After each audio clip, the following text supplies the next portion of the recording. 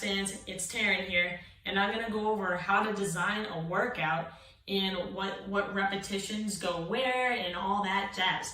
And what I did is I wrote some stuff on a board and we're gonna go talk about it. So typically how I design a workout, including my workouts, is we wanna start with some sort of compound lift. Now compound lifts really mean involving more than one joint or muscle group. So when I think of compound lifts, I'm thinking something like a squat, a bench, a deadlift, a hip thrust, any sort of movement that you can really load heavy because it involves more than one joint, and you can.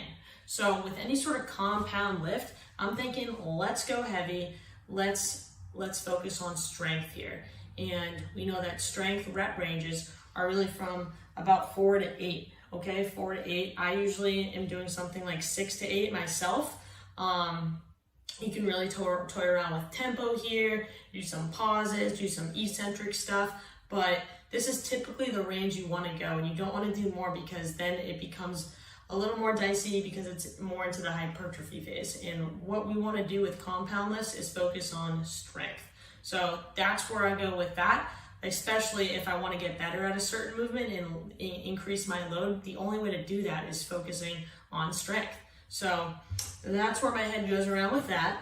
The next sort of block I would go into, so that would be my first block. That's how I would start my workout after warm-ups, that is. But the next block I would go into would start to enter into my accessory lifts. So this is like biceps, triceps, delts, a little bit, some sort of hamstrings, quads, all that stuff, but usually trying to focus on a single muscle group. Of course, I'm gonna get more than one muscle group going, but single joint movements at least. So accessory lifts, and accessory lifts are really gonna focus more around the hypertrophy range.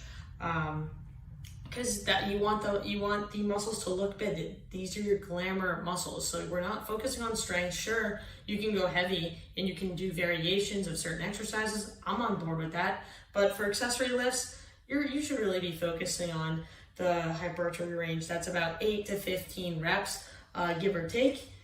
And the last block that I would do is more accessory or what I call prehab, so injury prevention block.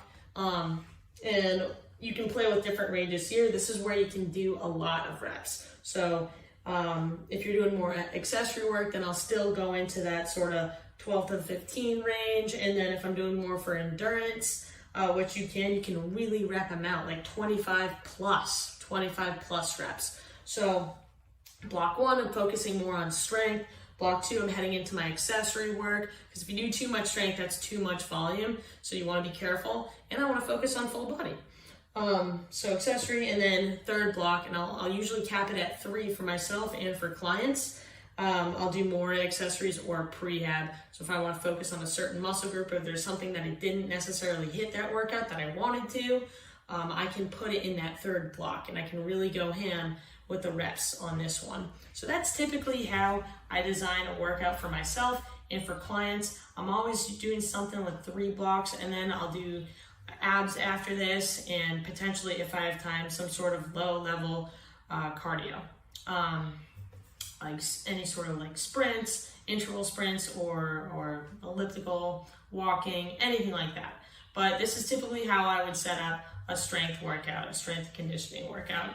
Okay, there's going to be much more videos on how to design workouts or exercise prescription, if you will, but feel free to drop a comment below if you have any questions or concerns. I'm always happy to answer and engage with you guys.